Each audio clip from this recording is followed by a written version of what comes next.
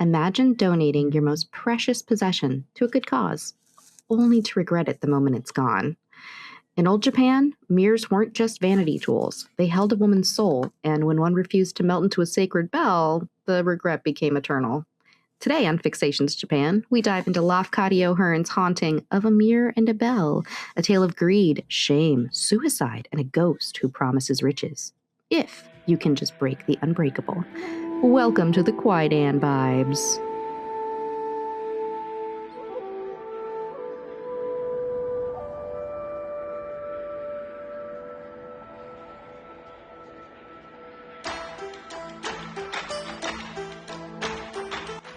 You're gonna break the unbreakable. Break the unbreakable, stop the unstoppable. Whoa, fight the power. Oh no. Hi everyone, I'm Heather, your host for Fixations Japan, the podcast where we fixate on the strange, the beautiful, and the haunting side of Japanese culture. I'm here with my co-host Angel. How you doing, Angel? Doing great. I'm here. I'm awake, I think. Me too, I think. If you're new here, hit subscribe and join us as we explore yokai legends and the hidden histories behind them. Today's Kwaidan story is of a mirror and a bell. Oh. There's a mirror and a bell? There's a mirror and a bell. Not the doll, right? Not Annabelle? No. Not the doll. I don't know why I always called it a ball, but having issues today, man. 8 centuries ago, the priests of Mugenyama in the province of Totomi, which is part of present-day Shizuoka Prefecture, wanted a big bell for their temple. And they asked the women of their parish to help them by contributing old bronze mirrors for bell metal, which is something that they, even today in the courts in certain Japanese temples, you may see heaps of old bronze mirrors contributed for such a purpose. The largest collection of this kind that Hearn ever saw was in the court of a temple of the Jodo sect at Hakata in Kyushu. The mirrors had been given for the making of a bronze statue of Amida, which was 33 feet high. Oh my god. Yeah, so they're like these massive statues and bells and stuff. There was at that time a young woman who was a farmer's wife living at Mugenyama who presented her mirror to the temple to be used for bell metal. But afterwards, she much regretted her mirror. She remembered things that her mother had told her about it, and she remembered that it had belonged not only to her mother, but to her mother's mother and grandmother, and she remembered some happy smiles which it had reflected. Of course, if she could have offered the priest a certain sum of money in place of the mirror, she could have asked them to give back her heirloom, but she had not the money necessary. That's a heirloom, and she just gave it away. Yeah, well, okay. I guess it was, expected, right? Because, yeah, she probably shouldn't have given it away if it was that important to her, huh? No, probably not. Whenever she went to the temple, she saw her mirror lying in the courtyard behind a railing amongst hundreds of other mirrors heaped there together.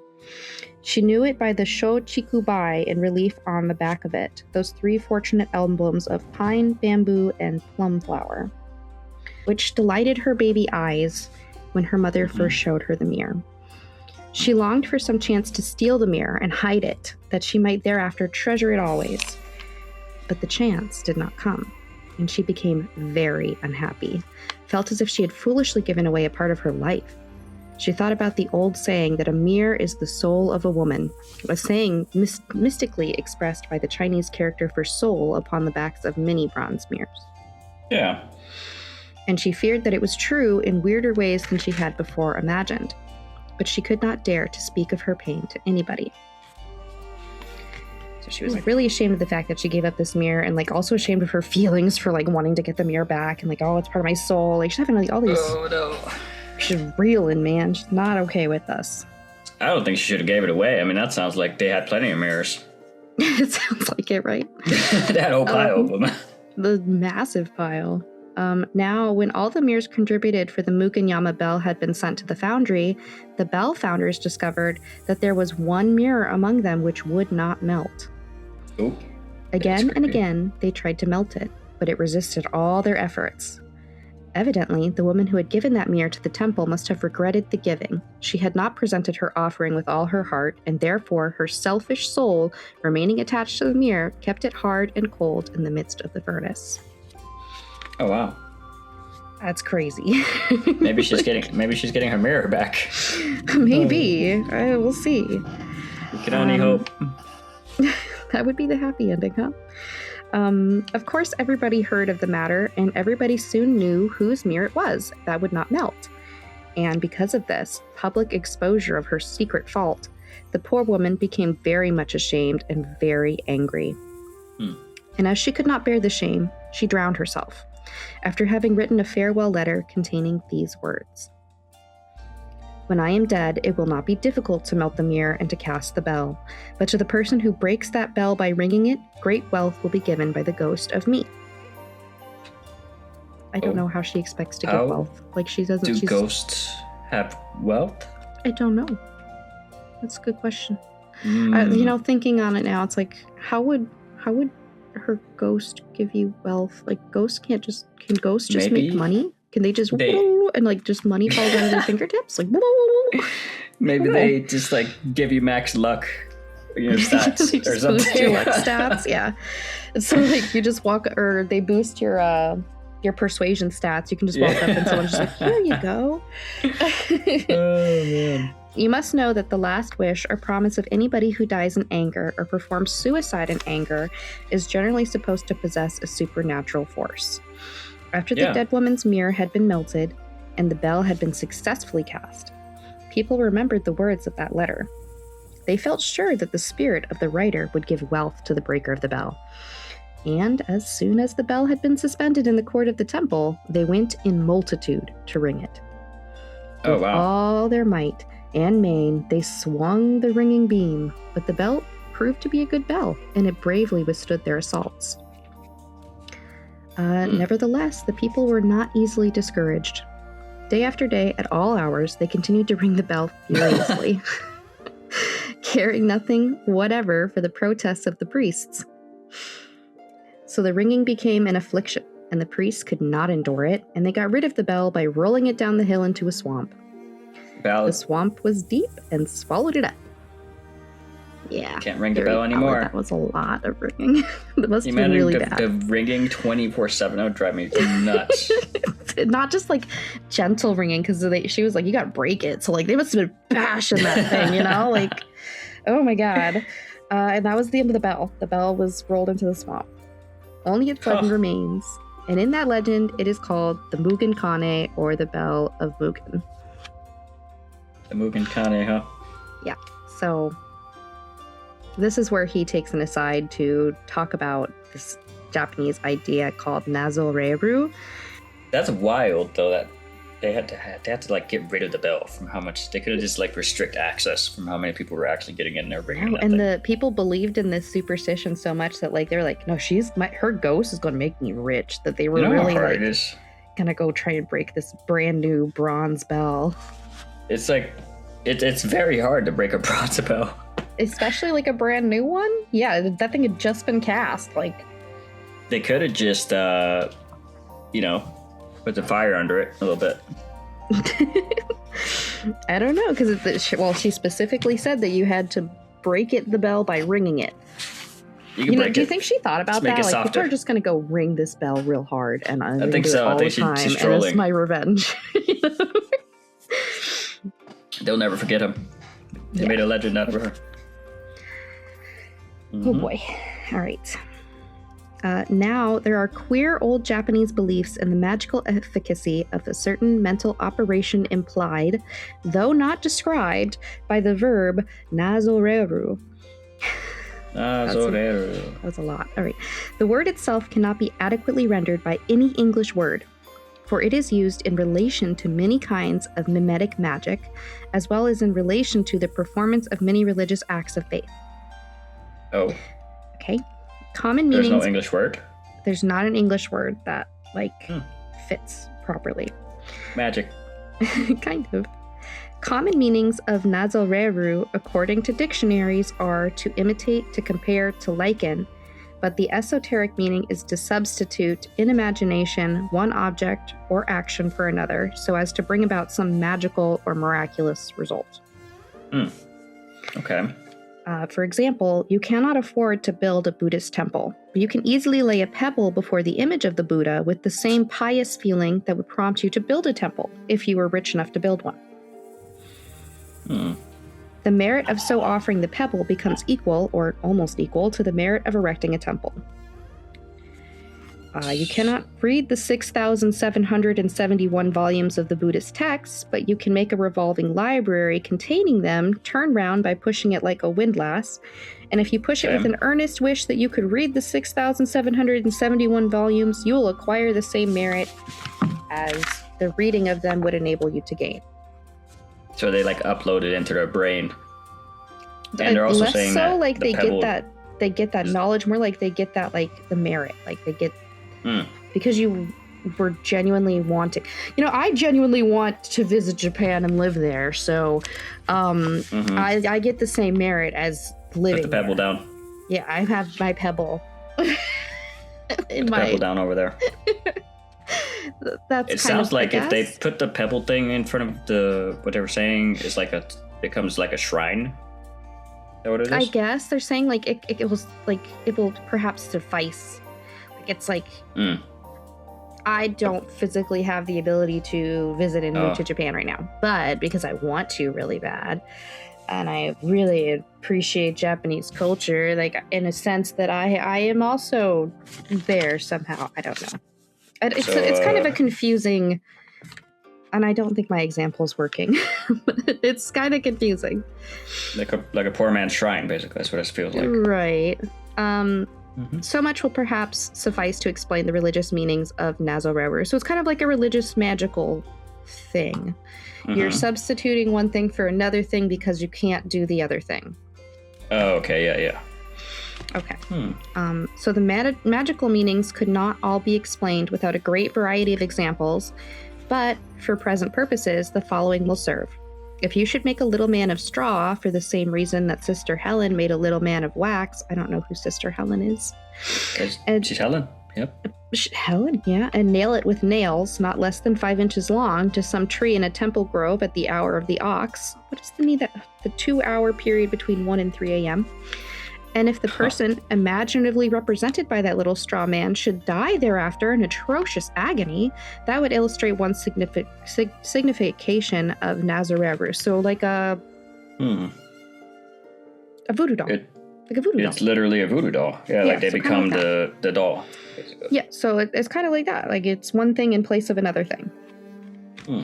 Or let us suppose that a robber has entered your house during the night and carried away your valuables. If you can discover the footprints of that robber in your garden and then promptly burn a very large moxa on each of them, the soles of the feet of the robber will become inflamed and will allow him no rest until he returns of his own accord to put himself at your mercy. Oop. That is another kind of mimetic magic expressed by the term Nazoreru. And a third kind is illustrated by various legends of the Mugen Kane. That's a big word, isn't it? Nazoreru. I think that's pretty cool. I like the word. Yeah, Nazoreru. it is a cool word. I think that it's been around in a lot of different cultures too, though. Yes, it definitely is not like unique to Japan, although like that word is definitely unique to it, and I guess the sense of like maybe the extent that they take it to, like we'll see here shortly, is kind of like they kind of take it pretty far. I think they were describing what it felt like rather than making a word for it. Maybe. I don't know. A lot of times you can't really put a word to a feeling. That makes sense. Right. I do still want to know how she spawns money. Right. Or she could probably teach us how to do that. That'd be nice. I would 100% try to shatter a bell. Yeah. Right. They didn't say how, but I'll ring it and then break it. It's fine. Just ring it until it breaks, and then you will get rich. Apparently, one of them could break it, and then the other one can ring it once it's broken. Yeah. Maybe. All right. So now it goes back to kind of the follow-up of what happens after the bell rolls into the swamp. All right. Let's see what happens. Did the gators do it? No. After the bell had been rolled into the swamp, there was, of course, no more chance of ringing it in such wise as to break it. But persons who regretted this loss of opportunity would strike and break objects imaginatively substituted for the bell, thus hoping to please the spirit of the owner of the mirror that had made so much trouble. Okay. They're just breaking stuff. One of these persons was a woman called Umegai, famed in Japanese legend because of her relation to Kajiwara Kakesu, a warrior of the Heike clan. While the pair were traveling together, Kajiwara one day found himself in great straits of want of money. And Umegai, remembering the tradition of the Bell of Mugen, took a basin of bronze and, mentally representing it to be the bell, beat upon it until she broke it, crying out at the same time for 300 pieces of gold.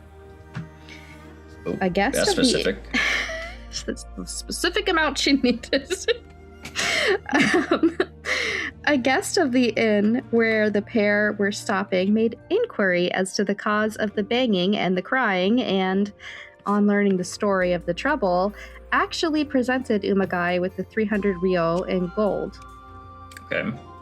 Afterwards, a song was made about Umegai's basin of bronze, and that song is sung by dancing girls even to this day. I will try, but I have no idea how it 2026? is. 2026? Well, it's written as of Hearn's writing.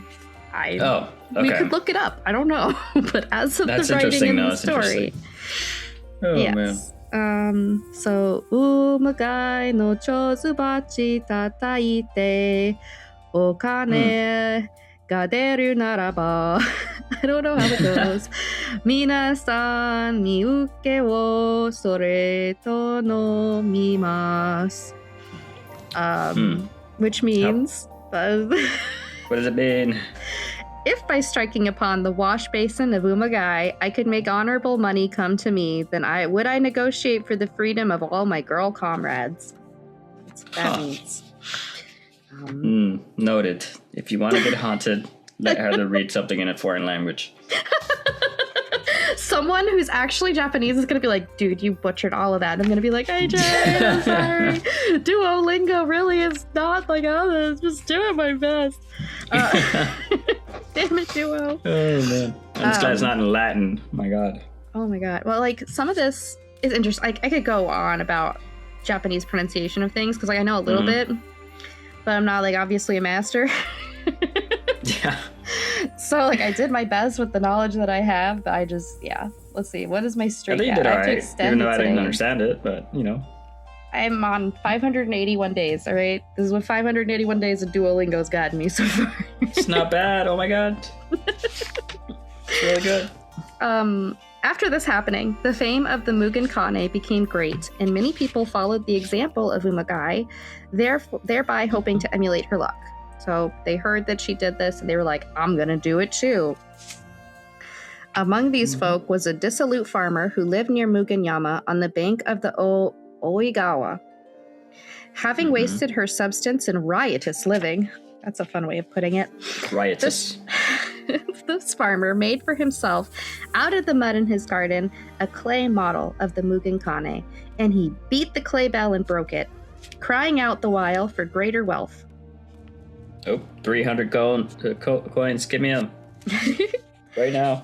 Then, out of the ground before him rose up the figure of a white-robed woman with long, loose, flowing hair, holding a covered jar.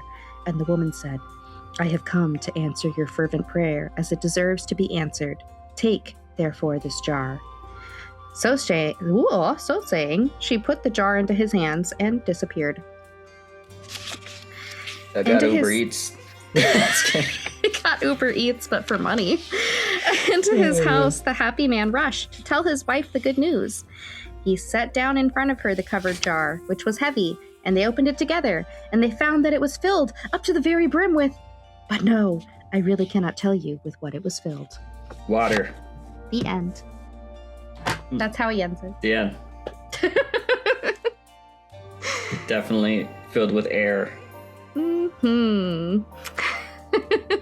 So, I don't like that ending personally, but like I get why he did it, right? Like, so he wants to like leave that like, did it work? Did it not work at the end? Maybe it's just filled with mud. I don't think it's filled with anything. She just found a jar in a swamp. Yeah, Just you like, just here you go. found the This is jar. my wealth. This is my jar wealth. of dirt. Yeah. Mm-hmm. So yeah. Oh man, people have different definitions of wealth too. So yeah, for real. She's like, I just gave you everything I had, which turns out was a whole lot of nothing, buddy. yeah, because she's dead. That's how it goes. Yeah. So. All right, so we're gonna go and we're gonna tie this into like some real life history, and then I do have a fun little pop culture thing this time. Sometimes I don't, and this time I definitely do. So. All right, we got history and fun. Got history and fun. Okay, so, real life history tie-ins. While the drowning and the vengeful promise might be like pure Kwaidan drama, Hearn grounds it in something really real. Even in his time, he saw temple courtyards piled high with donated bronze mirrors, just like in the story, melted down for bells or giant Buddhas because the metal was precious. You know, they're an island nation. They don't tend to have a lot of anything except fish. Lots of fish. Fish is delicious. And rice. Temples really did solicit scrap bronze, including old mirrors, jewelry, and later even war medals. The finished bell literally contained pieces of the community's lives and souls. So some Edo and Meiji period bells still carry inscriptions listing the donors. Unfortunately, during World War II, thousands of temple bells were melted for munitions, which caused like a huge grief for the same reason, because they believed they embodied the parishioners' spirits. Oh, that's really bad. Yeah, so it was definitely hard for the Japanese people. I don't know if that's the right way to... Why were they using bronze bullets? I think it's just any metals, not just like bronze specifically for World War II. But I wouldn't be too surprised if they did use some bronze and like copper and stuff like that for bullets. Okay. It's softer. Malleable. So the symbolism runs deeper than just that, though, right? The mirrors, the kagami, link to Shinto sacred objects at Ise Shrine, and the idea of vanity versus selflessness, and the roots go way back to the Yayoi period. When ritual... Yayoi? Sorry. When ritual bronze bells called dōtaku, often buried with mirrors, were tied to agriculture, fertility, and shamanic power. Metal objects like these carried spiritual weight in Japanese culture for millennia. Ooh. Yeah. That's really bad. They're using like spirit bullets to shoot people. Spirit bullets, literally gonna kill you with my family heirlooms. At least they weren't using arrows, or they would have been like a Quincy off of Bleach. Ooh. That would have been more interesting. I wonder if that's like a tie-in to that like idea, because like I don't know. Anyway, Maybe. Hearn collected these tales from old texts and oral stories in the late 1800s to the early 1900s, which bridges Edo period folklore to us today. Ghost stories like this warn against attachment and greed, yet the promise of riches through a proxy act felt believable enough that people kept smashing basins hoping for gold. Oh, let's break them. Break all of them. It's wild. That's wild to me. You know what I think? I think whoever was making the bronze mirrors was making bank. Because they would just refresh their stock of people who own them like every other year. Maybe, because I don't know how often they made like statues and bells and things like that, but I think eventually they moved on from bronze mirrors. I don't know, bronze doesn't typically stay super shiny unless you're oiling it frequently as well. So like that act of like putting yourself into the mirror and like oiling it and looking at it, I'm sure was also part of like people's attachment to the object, like because they had to take care of it frequently. Yeah. That makes perfect sense. Yeah. So now it's time for the fun stuff. Oh my god. Fun stuff. You sound so excited. Oh my god. Oh my god. All right, let's hear about this fun stuff. Also, history's fun too. I just it's history, so. Hearn covered some history inside of the story, like with the real life tie-in of the Nazoreru idea. Yeah. So like it was like you have to find another like angle to look at it from. So that's where the souls of women being in the mirrors was my angle. Mirrors freak me out. They do. You know, I have a story about Ryan, my son. So when we moved into this house that my stepdad still lives in, there was the person who lived there had left a bunch of stuff, and she left a mirror. She was alive. She just left everything there. I don't know why. She left a mirror. She left a mirror upstairs, and for some reason, Ryan was so creeped out by that mirror. Like, we had to turn it around. Goodness. He hated it. It was so freaked out by it. I don't like mirrors. He was only like 4 or 5, and he was just like, this is... And he liked other mirrors, but this one, no, that one creeped him out. It's like, I don't like that mirror in particular. Also, they freak me out because I feel like they move when I'm not looking. I'm like, oh my God. Get away from me. Yeah, keep an eye on that. Keep an eye on him. Keeping an eye on us. All right. So, centuries after the Mugen Kane sank into that marsh, its story didn't vanish. It evolved. Evolved. As in the world of Pokemon. The very same legend inspired one of the most charmingly haunted evolution lines, Bronzor, the bronze mirror Pokemon, and its evolved form, Bronzong, the bronze bell Pokemon. Huh. Yes, let me show you some pictures here. Is it broken? No. You'll see. Bronzong is not broken. So there is a old traditional Japanese bell, and like the ones you would see hanging in temples. Okay. Here's another one, just as an example. Oh my God, look. The bell. There's a lot of like sand around it. Go ahead. Of Bronzor and Bronzong next to a mirror and a bell. However, I can also show you the actual Japanese mirror that inspired Bronzong, because it happens to be that there was quite a few of them. This one look at it. That's so cool. Bronzor. Can't say I've ever seen that Pokemon. Was inspired specifically by mirrors that look like this one. This one is a picture from the Kyoto National Museum. So that is a historical artifact, and it looks just like Bronzor. Look at it. It's the same thing. Kind of looks like a rock, but... Well, the bronze has obviously not been polished in quite some time. Yeah, it's been a hot minute. That is kind of like the state of a lot of those mirrors today, is they didn't make it. That's why they don't really use bronze for mirrors anymore. It's a bronze shield, like RuneScape. Kind of, yeah. You just have to imagine like it would have been polished enough that you could kind of see yourself in it. Mirrors didn't used to be as good as they are now, you know? Yeah. Here's another cool bell, because I just think these bells are cool. They're pretty cool looking.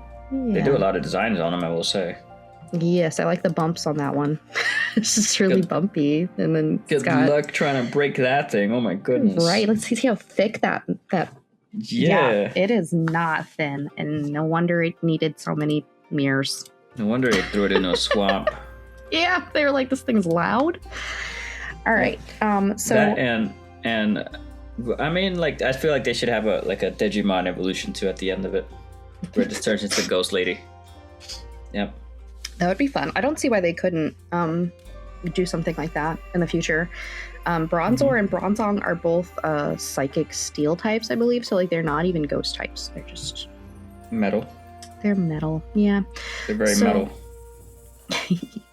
Bronzor is literally that regretful woman's bronze Kagami, a polished disc that once reflected like a mirror. Its Pokédex entry notes that X-ray scans can't even reveal its inner structure, as if something deeper, something soul-like, still hides inside. And both Bronzor and Bronzong have this cool little twist to them because they can have the Heatproof ability, which halves damage from fire-type moves, which if you've played Pokemon, you would know that steel types are weak to fire types. So that's kind of cool. That makes sense. Yeah, like forging. Yeah, so just like the mirror that refused to melt in the furnace because its owner's heart was too heavy with attachment, Bronzor and Bronzong also won't melt as easily. I wonder if they ever thought that it was maybe not the metal they're trying to melt, like a different type of metal. They're like, nah, this and bronze he wouldn't mirror. own up to it. He's like, nah, this thing is just not. Yeah, she's regretful. Make her feel bad. Yeah, it's her fault. I don't know. So. Oh no. When Bronzor reaches level 33, it transforms, it melts, and reforms in a way into Bronzong, which is a massive hanging bronze bell that looks straight out of a temple belfry, complete with ancient patterns. So that draws really heavily from the real Yayoi period dōtaku ritual bells, those mysterious bronze objects buried to pray for good harvests and rain. And one Pokedex entry even mentions a Bronzong dug up at a construction site after a 2,000-year sleep, almost as if the Mugen Bell finally rose from the swamp. That's great. It floats. It reminds me of, right? What does it remind you of? Ba-bonk. Oh, yeah, kind of, huh? That bell Pokemon that looks like Victory Bell. It's a plant. Yeah, it's like a plant. No, is that one Victory Bell? I have no idea. Victory Bell's the really big one. I'm pretty sure. Yeah, it was the opposite way though. That's why this one is sitting in the right direction. Bell. Line. That's gonna give me something weird, isn't it? Weeping Bell. Bellsprout, yep. Weeping Bell, Victory Bell. Nice. Nice. They're all bells. Bells. Yeah, I can see though. Yeah, I can see that. I can see it. Definitely not made of metal, but you know. No, made of plant. Yeah, so the woman's impure soul clinging to the metal, her ghostly promise of riches to whoever could break the bell. It all echoes here in a really playful form with Bronzong and Bronzor. No vengeful drowning in the games, of course. No? Yeah. But yeah. I don't know, some Pokedex entries are really dark, so like the fact that they're like, yeah, of course, like this isn't, why wouldn't do that? But the idea that a woman's pure soul could become something powerful, resonant, and still a little supernatural, I think Game Freak, captured that really beautifully. Yep, Bronzor used drown. No. Bronzor, no! Bronzor evolved. Oh god. Oh no. Yeah. Oh, man. I'm Use speechless. false hope. Used false hope. Oh man. Bronzor used riches. Oh god. Oh boy. Man. Yeah. Okay, I'm with this right now, and it's crazy work. So the next time you're ringing a temple bell, smashing a proxy basin for luck, or battling with a Bronzong on your team, remember that metallic echo might carry more than sound. It might still carry a fragment of regret, hope, and a soul that simply wouldn't let go. Wah, wah, wah. No regrets. Not a single letter. Not even one. Not even a single letter. I can't believe you killed yourself without leaving a letter. That's just rude. How am I supposed to know that you're gonna leave me riches? Man. What am I supposed to do? They're gonna give you like one clay pot. Their most prized possession. And I'm gonna pretend this clay pot full of water was your soul, and I'm gonna make it clean, and then your soul will be clean. And that's how it works. That's exactly how the cultists do it. Yeah. Ooh, cultists.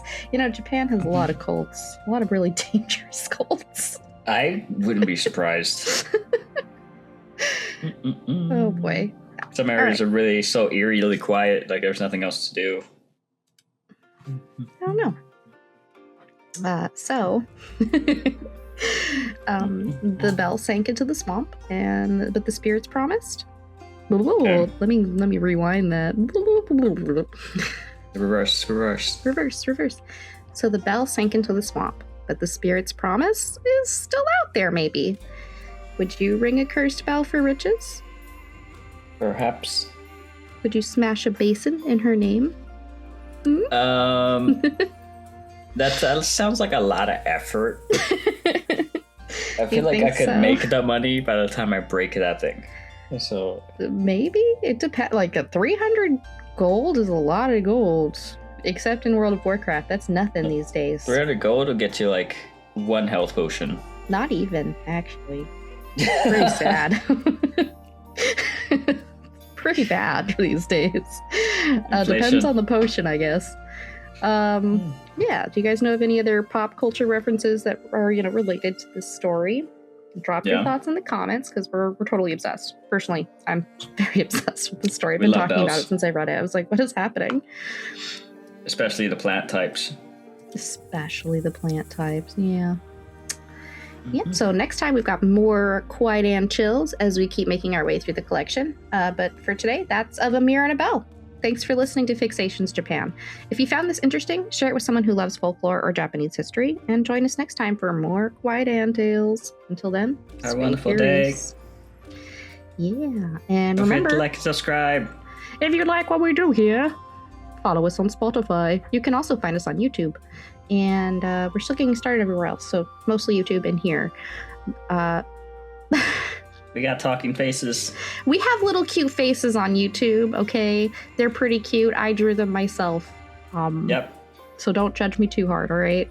I have horns. You have horns, and I have tail and ears. I'm a Kitsune, and you're an Oni. I think I have it labeled even like in the files as Angel Oni and Heather Tsune. Because I have to know which one is which. That's great. Oh boy. Right, well, see you guys next time. Ikuzo! Bye. See you later. Oh my god, we're leaving. We're really going now. We're going for real. There we go. We're going.